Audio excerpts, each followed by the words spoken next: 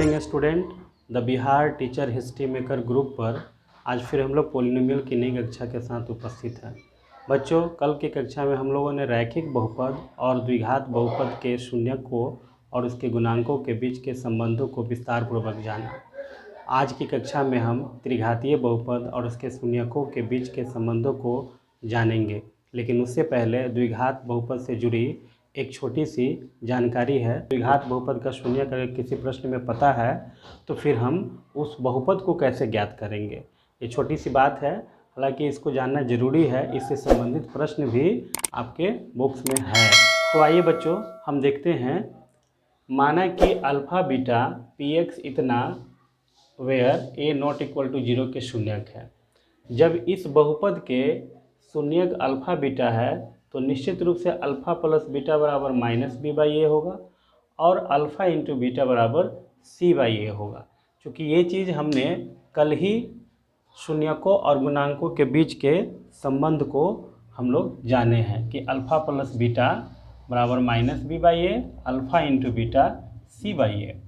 अब हम इसी बहुपद को थोड़ा सा आगे बढ़ाते हैं। तो चूँकि पी एक्स बराबर A X square plus B X plus C, अब हम क्या करते हैं कि सभी पदों में से ए को निकालते हैं, ए को कॉमन लेते हैं। तो चूँकि इसमें ए है तो ये दे देगा, इसमें ए नहीं है फिर भी इसमें से ए लेना है, इसमें ए नहीं है फिर भी इसमें से ए लेना है। तो हम सब में से ए कॉमन निकाल रहे हैं। तो जब कॉमन निकाल लें तो इसमें ए था तो ये ए चला गया कॉमन में, तो एक्स स्क्वायर बच गया।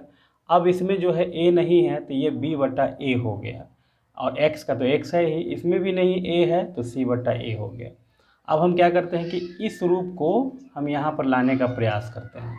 तो हमने a इंटू एक्स स्क्वायर और इसको माइनस कर दिया और एक माइनस कोष्ट में ले लिया ताकि माइनस b बटा a हमको आ जाए और प्लस c बाई ए। चूँकि जब इसको कोष्ट हटाइएगा तो माइनस माइनस प्लस हो ही जाएगा, तो एक ऐसे भी एक प्लस में दो माइनस छुपा हुआ रहता है, तो हम दोनों माइनस को अलग अलग कर दिए। अब हम देखते हैं क्या कि ये माइनस बी बटा ए ये बहुपदों का शून्यकों का योग है, तो हमने यहाँ अल्फ़ा प्लस बीटा रख दिया, और ये सी बाई ए ये शून्यकों का गुणनफल है, तो यहाँ हमने सी बाई ए रख दिया। तो कुल मिलाकर द्विघात बहुपद निकालने का जो तरीका हुआ पी एक्स निकालने का, ए इंटू एक्स स्क्वायर माइनस ये क्या है शून्यकों का योग इंटू एक्स प्लस शून्यकों का गुणनफल। इस ए का महत्व एक तरह से कहिए कि बहुत ज़्यादा नहीं है, क्योंकि यह कांस्टेंट है। तो कांस्टेंट, इस कांस्टेंट को निकालने के लिए प्रश्न में एक अलग कंडीशन अगर दिया हुआ रहेगा तो ये ए भी निकाला जा सकता है, अन्यथा इसका रूप जो है के इंटू पी एक्स टाइप का आता है। ये जो प्रश्न आएगा तो हम इसको क्लियर कर देंगे। तो ये एक छोटा सा टॉपिक जो है कल के क्लास में छूट गया था, जिसको हम लोग आज इसको कंटिन्यू कर दिए हैं।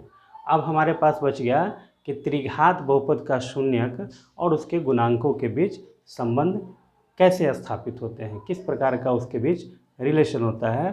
आइए हम उसको अगले स्लाइड में देखते हैं। अगर आप नोट करना चाहें तो इसको नोट कर लीजिए।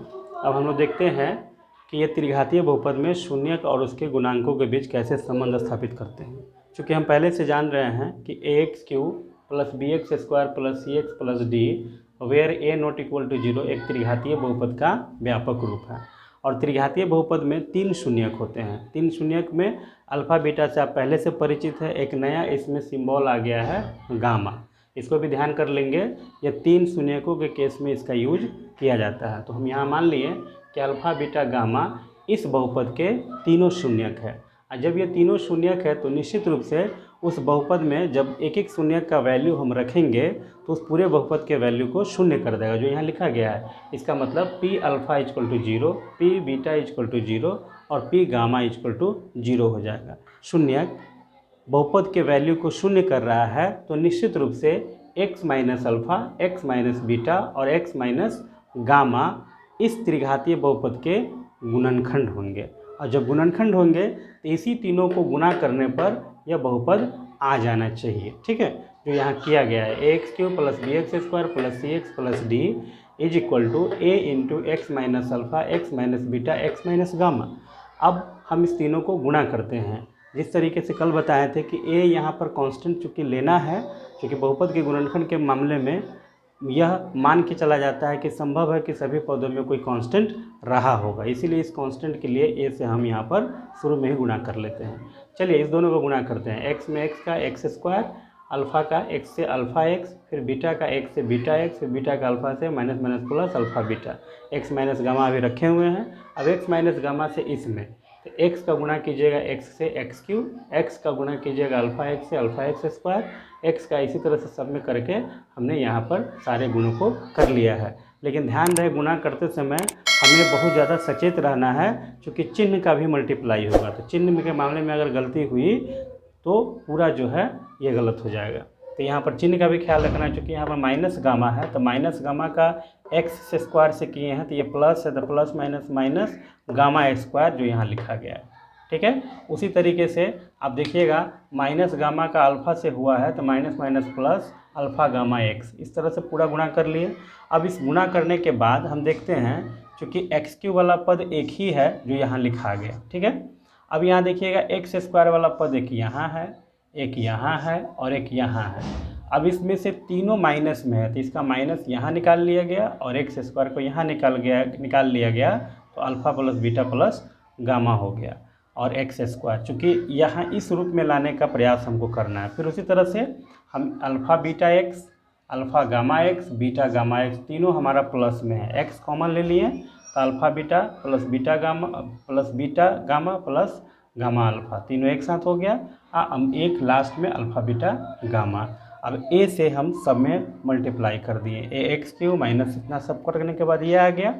अब लिखते हैं वही चीज़ दोनों पक्षों के पदों का तुलना करने पर, चूँकि ए एक्स क्यू का तुलना करना होगा ए एक्स क्यू से, तो इसमें हमारा कोई भी शून्य का जो है हिस्सेदारी नहीं है, ना अल्फ़ा का, ना बीटा का, ना गामा का, इसलिए इसका इससे कंपैरिजन अगर करिएगा भी तो कुछ फ़ायदा उससे होना जाना नहीं है। तो मूल रूप से हम लोग बी एक्स स्क्वायर जो यहाँ लिखा गया है यह इक्वल करेंगे इस वाले पद के साथ, ये जो है कंपैरिजन करना होगा तुलना इस वाले पद से, और वो कंपैरिजन करना होगा डी का लास्ट वाले पद से, और यहीं पर किया गया है पहले वाला, दूसरे वाला और तीसरे वाला। तो तुलना करने पर अब इसके बाद हम लोग का जो है शून्यक और उसके गुणांक के बीच संबंध निकल जाएगा, जो इसको हम अगले स्लाइड में देखेंगे। आप इसको नोट करना चाहें तो नोट कर सकते हैं। अब देखिए छात्रों, minus A into alpha plus beta plus gamma बराबर बी, तो इसीलिए alpha plus beta plus gamma equal to minus B by A. अब माइनस बी बाई ए को हम कहाँ से इसको हम लिखेंगे, तो देखिए A X cube plus B X square plus C X plus D. तो देखिए b क्या है, एक्स स्क्वायर का गुणांक, तो माइनस का माइनस रह गया, एक्स स्क्वायर का गुणांक बटा एक्स क्यू का गुणांक। उसी तरीके से a into alpha beta plus beta gamma plus gamma alpha बराबर c, तो alpha plus beta alpha beta plus beta gamma plus gamma alpha बराबर c बटा a हो जाएगा। c जहाँ है x का गुणांक है और a जहाँ एक्स क्यू का गुणांक है। उसी तरीके से यहाँ ये चीज़ आपको मूल रूप से ये तीन चीज़ याद रखने हैं। ठीक है, एक जो मूलों का योग है, एक है जो दो मूल के गुणनफल का योग है, और एक जो है तीनों मूलों का गुणनफल है, और बराबर क्या है ये चीज़ आपको ध्यान में रखना है। अब ये जो है वह आपको त्रिघातीय बहुपद में शून्यक और उसके गुणांकों के बीच में संबंध हो गया। ठीक है, अब हम लोग पढ़ेंगे कि त्रिघातीय बहुपद के तीनों शून्यक अगर पता हो तो हम फिर से त्रिघातीय बहुपद कैसे निकालेंगे अगले स्लाइड में। आप इसको नोट करना चाहे नोट कर लीजिए। अब देखिए छात्रों, अब यहाँ हम सीखेंगे कि अगर तीनों शून्यक हमें पता है तो हम उससे त्रिघातीय बहुपद कैसे पता करेंगे। तो मान लीजिए कि अल्फ़ा बीटा गामा किसी त्रिघातीय बहुपद A X cube plus B X square plus C X plus D के शून्यक है। तो निश्चित रूप से जब शून्यक है तो alpha plus beta plus gamma equal to minus B by A होगा। अभी जस्ट हमने पढ़ा है alpha beta beta gamma gamma alpha C by A होगा और alpha beta gamma minus D by A होगा। ये तो पहले से हम जान रहे हैं। अब आते हैं कि अगर बहुपद ये है त्रिघातीय बहुपद, तो इसको हम इस रूप में लाते हैं कि इस सब का वैल्यू उसमें रखा जा सके।